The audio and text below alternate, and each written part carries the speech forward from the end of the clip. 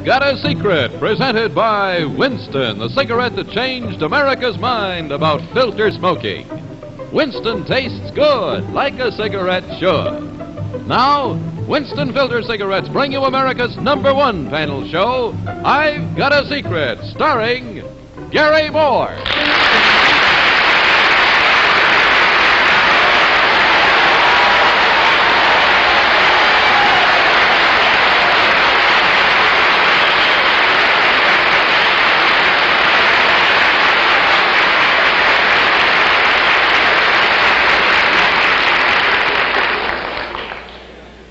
Gee, thank you very much for your wonderful applause. I might say that it has almost amounted to an ovation, and I'm very proud that you think enough of me and of our panel members to give me that kind of a reception when the show first starts. And I'm particularly happy that you're happy, because I have a one piece of news for you tonight that I didn't think you would be too glad about, which is that one of our panel members is not with us tonight. Faye Emerson is off on vacation. She'll be back in about 3 weeks. We are not quite sure. But I'm happy to say that to take her place on the show tonight, we have one of the great stars of motion pictures and of television, a very beautiful woman, a very dignified woman.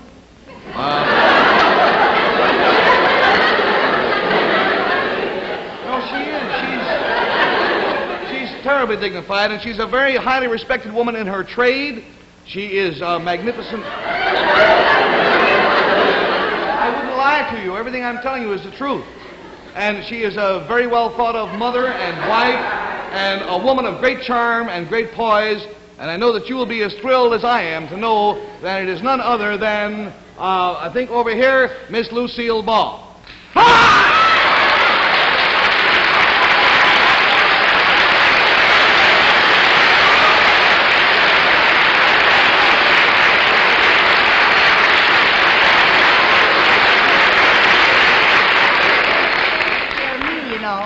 You scared me. Miss Ball is in the East in connection with the opening of her motion picture, Forever Darling, and I promised to mention the name of the picture. So, Lucy, may I say that to me you are Forever Darling? Well, thank you, Gary. And to me, you will always be Forever Darling. Thank you very much. Oh, and you're Forever Darling. And you're Forever Darling. That's enough, don't you think? Oh, and you're Forever that's Darling. Enough. We all know the name of the picture. You are really Forever Darling. Let's go over and meet the Forever Darling panel, huh? Oh, all right. Yes. This is Bill Cullen, Lucy Ball, Nice to know you. and Jane Meadows, Hello, how are you? and Henry Morgan. Henry? And in Forever Darling. And in this chair is Lucille Ball. That is our panel.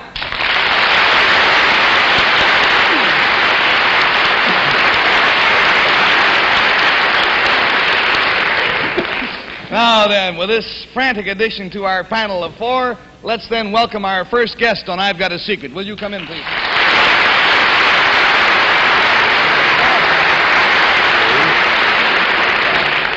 You tell the panel, please, what your name is and where you're from. Bertha Pierce, and I live at Olean, New York. She is Mrs. Pierce, Miss Pierce, and she is from Olean, New York. Now, Miss Pierce, we will dispense with the rules tonight, and I'll ask you to whisper your secret to me so the folks at home can read it.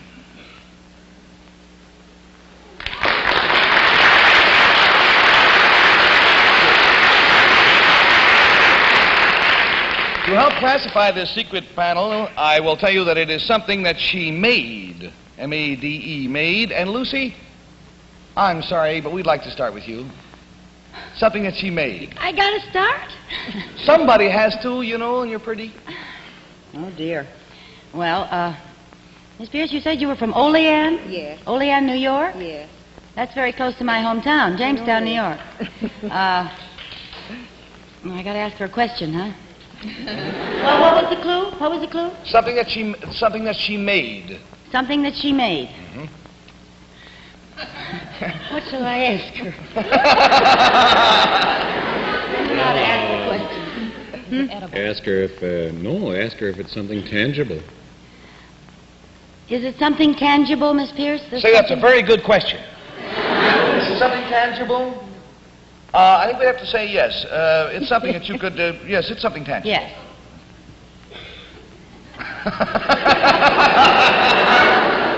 Oh, no, it's it help if I knew what tangible meant?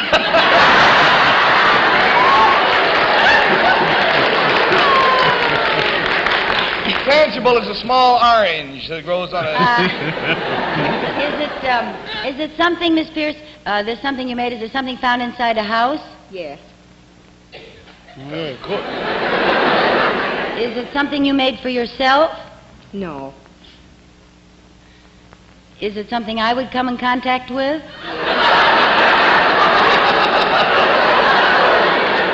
Yes? Yes, it is something you would come in contact with, yes. Is it something I used recently? Yes. It is. Try tangible again. Is it something pretty? Yes. Let's say that of its kind, it's a very nice-looking one. I think that the whole classification, however, is not a thing of rare beauty. Sorry. Used recently, something inside a house. Is it something that Desi would use? Yes. Sure. All right, we have lost $20. What's that?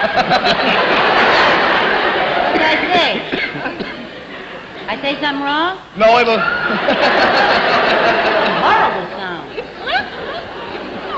$20 down and $60 to go, and now we shift our attention to Bill Cullen. Bill? So glad. Miss Pierce, you made something tangible that Lucy used recently. Does this secret that you have, does it involve Lucy at all? No. Well, let's say partially. Partially she's involved. Will you buy that, Miss Pierce? Yes. All right, partially she's involved. The secret involves part of Lucy. Does it involve... Does it involve anyone else on stage? Yeah? Mm-hmm. Yes. Me or I? Yes. Both of you. Let me see, pardon me.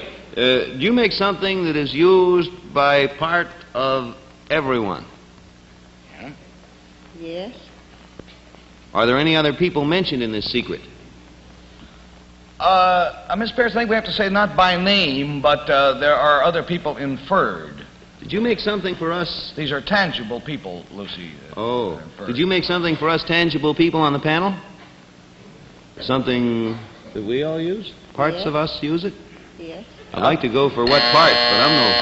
All right, there's $40 down and $40 to go, and we go to Lucky Jane Meadows. You go for Now what inherits the part? task of finding out what part. But we haven't established, is this an article of clothing, Miss Find out Pierce? what part. No. Is this something that is worn, however? No. Is it something that's eaten? No. And it's something that's found in the home? Yes. Is it something that's sat on? Yes. Oh, that part. Is it...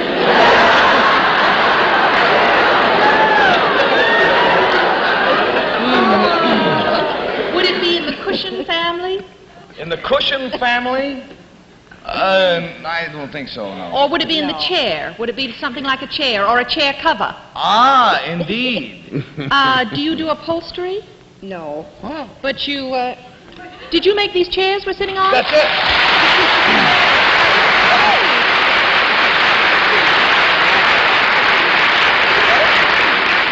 This is really a kind of a fascinating story to show you how closely people watch television. Miss Pierce works at the Daystrom Furniture Company in Olean, New York, and she wrote in a letter to us saying that one night about 6 or 8 weeks ago, I think it was, we had a snake on the show. You remember, Jane? Yes, very well. And everybody jumped off their chairs. And Miss Pierce, watching at home, said, by golly, I think those are the chairs that I make. And she wrote us and asked us to please look on the bottom of the chairs and check the labels to see if they were made at the factory in Olean, and if you care to check after the show, or not. Well, Henry, why don't you check now? Be delighted. What's it say on the bottom of your chair? Miss Pierce. 6 7/8. Daystrom Furniture, Franklin Street, Olean, New York. And that's it. I read good, huh? Yeah, you read real good.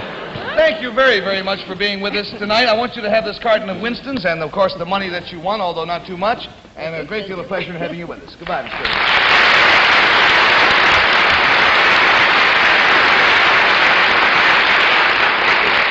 Well, now I would like to read you a letter that I got the other day, and this came from a lady in Raritan, New Jersey, and this kind of tickled me. She says, Dear Gary, I watch television, but I do it differently than most people. I watch the commercials and go out to the kitchen during the rest of the show. I like your Winston commercials, but I think they should have more action. For instance, Buster Crabbe swims across a pool, then comes out to tell everybody about his wonderful waterproof wristwatch. Duke Snyder hits a home run and then goes into the clubhouse and starts shaving. Why can't you do something like that? Well, I'll tell you, I have taken this lady's letter to heart, and tonight we are going to do an athletic-style commercial, if you will forgive me.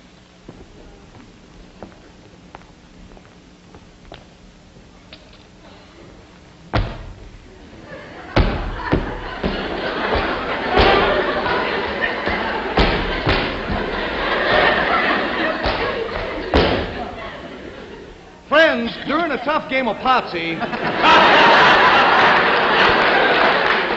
I always stop and light a Winston cigarette. I find it improves my aim and keeps me from stepping on the crack. Yes, friends, Winstons make me hop good, like a Potsy player should.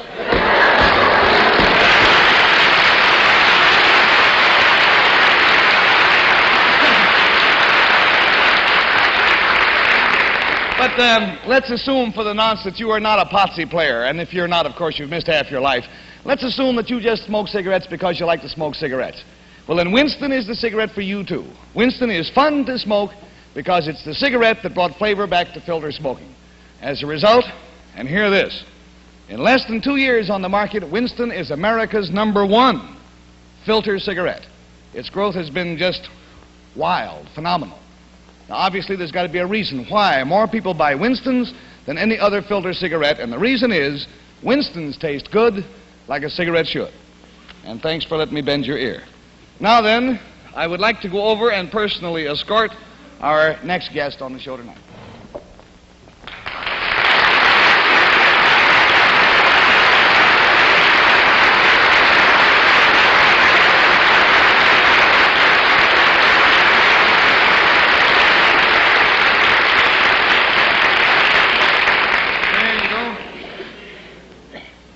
Now then, sir, will you tell our panel, please? Let's get in a little closer. Do you mind if I pull you in, sir? There we go. Will you tell our panel, please, what your name is and where you're from? My name's Samuel J. Seymour. I'm from Maryland. This is Mr. Seymour from Maryland. And we brought Mr. Seymour all the way up from Maryland, and by golly, he got in a hotel and fell down the steps and gave himself a shiner. And we urged him not to come on the show tonight, as a matter of fact, and finally got in touch with his doctor, and the doctor said it was up to Mr. Seymour. Mr. Seymour said he wouldn't miss it. So here he is. I'm feeling a party for the doctor.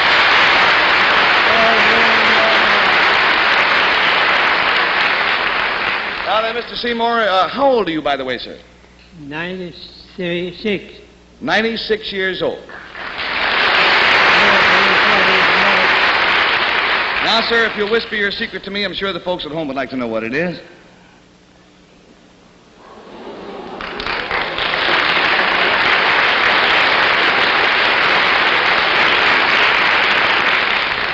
Well, now, to help classify his secret, I will tell you it concerns something that he witnessed, and Bill Cullen, we'll start with you. Something that he saw, something he saw happen. This thing that Mr. Seymour saw, does it have historical significance? Does this have historical significance, Mr. Seymour? I would say yes, wouldn't you, sir? I can't hear him very good. You have to tell me what it is. Yeah, there's quite a distance between our desks here. Let's all speak up, huh? Does it have political significance? It had political significance at the time. Yeah. Yes. Well, if you're 96, that would make Mr. Seymour born in 1860. Henry is such a mathematician. Yeah. He's been writing over there all the time. This thing, did it have anything to do with the Civil War, Mr. Seymour?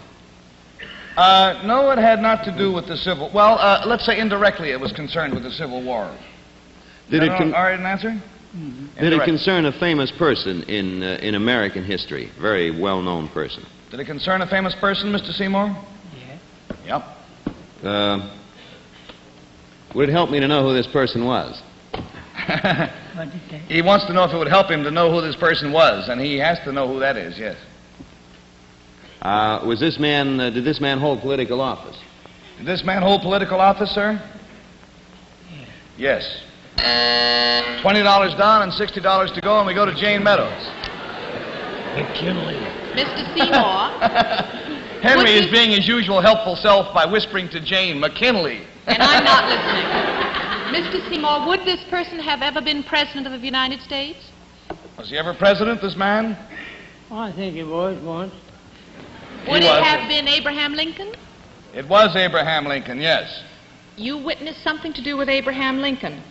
Was this a pleasant thing? Was it a pleasant thing you saw, sir? Not very pleasant, I don't think. I was scared to death over it. He said, no, he was scared to death. Would it have had anything to do with the President Lincoln's death, by any chance? Unfortunately, yes. Did Mr. Seymour witness the shooting of President Lincoln?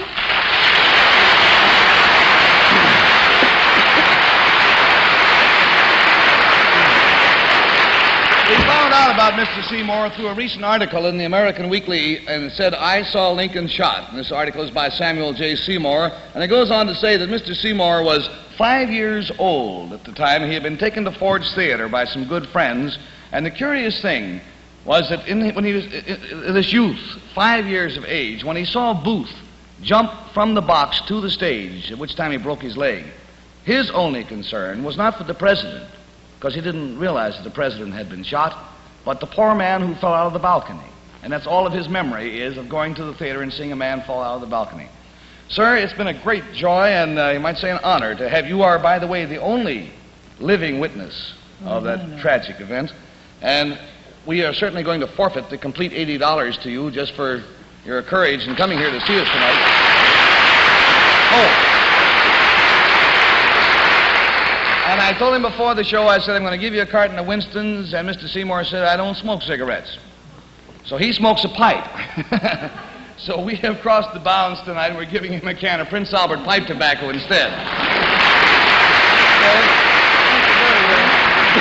me help you out. You all talk to each other. I'll tell you what, it's time anyhow to take in our Winston movie for tonight. It's got a corny plot, I warn you, but there is a certain freshness and good taste with all. Now, sir, if you'll come with me. A couple of hamburgers and 2 coffees, 1 black. Better get some more cigarettes, dear. Oh, miss, will you bring us 2 packs of Winston's, please? You know, I see more people smoking Winston's. Sure. Winston's taste good. Like a cigarette should. Winston, filter cigarette, easy drawing filter cigarette. Winston's new and king size too, brings flavor back to you. Winston, tastes real good, rich and full like a cigarette should, brings real flavor back to you. Try a pack of Winston. Winston is the cigarette that changed America's mind about filter smoking. Winston brings you a filter that really works, lets you draw so easily and enjoy that real tobacco flavor. Yes, Winston gives you finer flavor in a filter cigarette that's easy drawing. Try king-size Winston. Winston tastes good, like a cigarette should. Well, now, friends, I really haven't...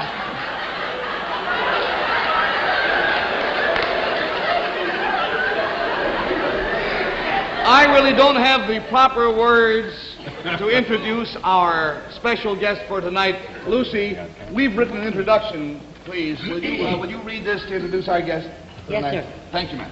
Yes, sir.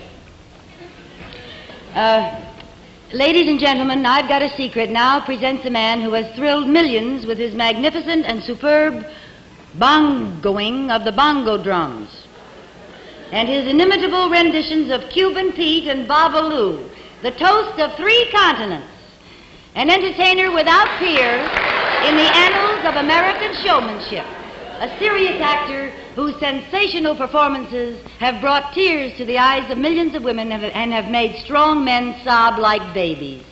A great comedian, and above all, a great producer.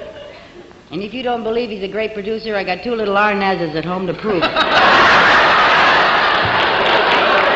One of America's finest pickers of the guitar, a former vocalist with Xavier Cugat, a one-time taxi driver and birdcage cleaner in Miami, Florida, a fine man, an excellent showman.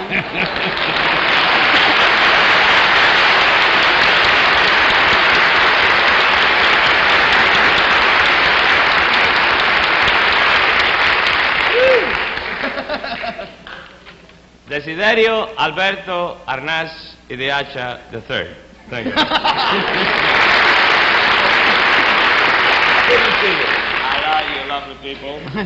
We have so much fun watching you all the time. Oh, good, good. So listen, panel, we've got an awful lot to do, and Desi and I have things to talk about. We want you all to get lost temporarily. You'll find a small, dark, damp closet outside.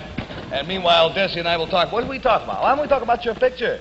Oh, that's a very good idea. When does it open here in New York? It opens here tomorrow, Lowell State. Are you and Lucy are going to go down and do a personal appearance with the picture? Yeah, we're going to be there about 1:40 in the afternoon, then we're going to be there at 8 o'clock tomorrow night. Boy, I would hate to be the usher in charge of keeping everybody in line. Well, I hope you're right. Now then, the panel is out. How about telling us, what is your secret for tonight? Well, Gary, you know, Lucy's been playing tricks on me all these years. Oh, sure, yeah. On television, so I thought I'd like to play a little trick on her tonight. Good. If it's all right with you. Sure. I told the rest of the panel what the secret was. Oh, the other three know the secret. Yeah, the other three know it. Everybody knows about Lucy. Uh-huh. So that they're going to kind of eliminate themselves out of the deal. Pass. You know? They're going to pass, you see. Oh, right. And then Lucy's going to be stuck with the whole... He's living an evil husbandly love of this whole thing. Let's get the panel back in, then we'll find out what Desi's secret is. And you folks in New York, you'll be sure to go down to Lowell State there tomorrow. Would you care to have a Winston cigarette? You won't have to unless you like to smoke one. Thank you very much. Pleasure. All right. So, as soon as we get the panel back in, we will play our game. Sir. Thank you. All right, panel. I'll tell you what. This concerns something that Mr. Oh, first of all, I didn't tell you the secret. So, Desi, you whisper the secret to me, huh?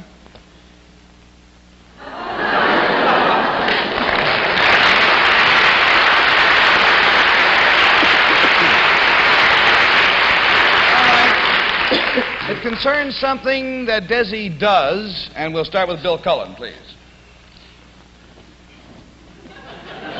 Cut it out, Bill. Oh. Mr. Arnaz, is this the kind of thing you might be apt to do for a living? Yes. Oh, I don't want to go on with this any longer. May I disqualify myself, please, Desi? Gary. Yes, sure. I disqualify. All right. You think All right. There's Why? $20 down, and with this money... Why does he disqualify himself? Because he just lost interest in the whole thing, that's all. He thinks it's so simple, I guess. Oh, Let's because go to you Jane think Meadows. it's so simple? Yeah, I mean, yes, he does Lucy. for a living. Let's go to Jane Are Meadows. you up to me? Desi, is this something the audience also does? Yes, I hope This is too easy. I disqualify myself. Oh. All right, Jane, you're welcome to do so. That's $40 down. Then we go to Henry. You're on, old boy. Oh, well, if this is, I ain't as stupid as I say. If this is something both Desi does and you're as stupid as I say? Yeah. Not about me. Simple. I If don't it's know that what it is. simple, well, honey, we'll find out in a minute. I think I got a clue. I disqualified myself. All right. $60 down, and Lucy, you're on. It's up to you now to uphold the honor of the panel. Is it something tangible? Keep right in there with that one, huh? No. Something tangible? I don't think so. I don't think it's... What does it mean? Yeah, it's something he does for a living. I would disqualify that answer, wouldn't you, actually? Well, I was trying to throw him a bad curve there at the beginning. We'll disqualify that answer, yeah. Yes, he does not do this for a living, and he does it of his nature. He does it because he likes He to. just does it because he likes to. Yeah. That's correct.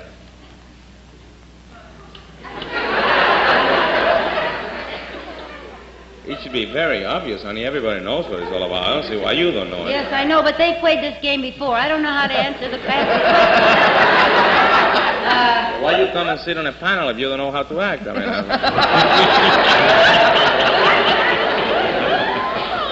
Because you told me to. I told you to come and plug the picture, not to make a fool of yourself. Play the game. Ask some questions. Well, Come on, I dear. plug There are a the lot of picture. If I millions happen to of make a people that fool of watch this myself in game, the you middle know. of it, I can't help it. Forever, darling, forever, darling, forever, Ah, darling. you did that already. Now play the game. Be smart now. Up, up, everybody up. That's it now. Something, what? What is it now? You don't make a living that way? Is it something soft and furry? What did he say? Something soft? Frangible. Frangible. No. What is it? What did he say? It's not tangible, so it can be soft and Oh, furry. it's not tangible. Is it something, he has a secret, and it's something not tangible, and it's something, and That it I doesn't love make to do. That you love to do. That's right. Intangible. That's right. I Love Lucy?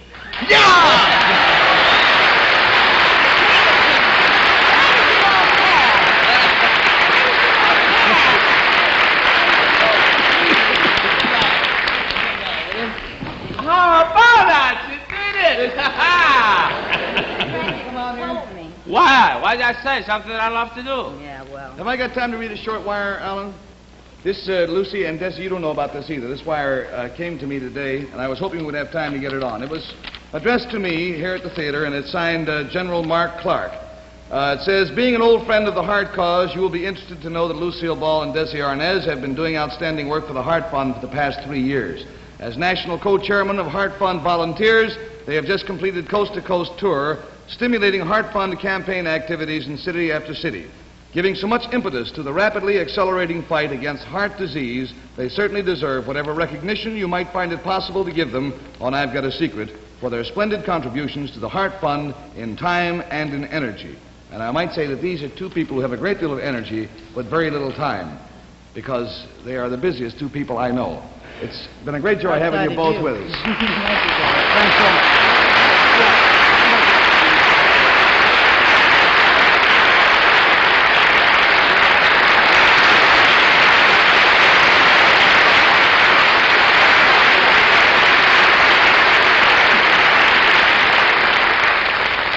I would like also on my own to put in a plug for Crusade for Freedom. Would you send your truth dollars to Crusade for Freedom so that the truth may be carried behind the Iron Curtain? There's a very great scarcity of it over there, of the truth, that is. Great scarcity of money, too. Just send your money to the Crusade for Freedom in care of your local post office. And so until next week, then, this will be Gary Moore saying bye-bye for the whole gang. Be very kind to each other, will you? And goodbye out there.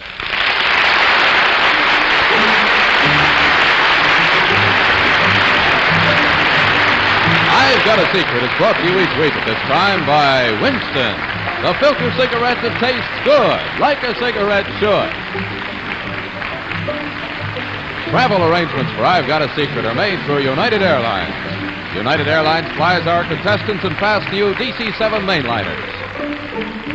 Here's wonderful news for smokers who prefer a king-size cigarette without a filter. New king-size Cavalier is here in a bright new pack. Cavalier tastes great, and the smoke feels as good as it tastes. Try Cavalier. It's the king-size smoke with a king-size taste. This has been a Mark Goodson, Bill Troutman production. Miss Meadows gowned by Sorrell. This is John Cannon speaking.